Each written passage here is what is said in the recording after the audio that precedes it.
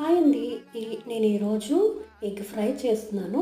ఈ విధంగా స్లైసర్ ఉంటే మీ దగ్గర కట్ చేసుకోండి, లేదంటే కత్తితో కట్ చేసుకోండి. ఇలా 7 గుడ్లని కట్ చేసుకున్నాను నేను.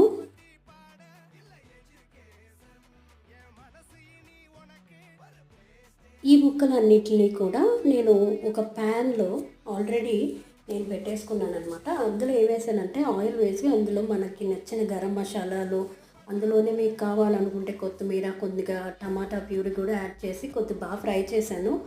నూనె అంతా ఇంకిపోయేసరికి నూనె యాడ్ చేసుకున్నాను.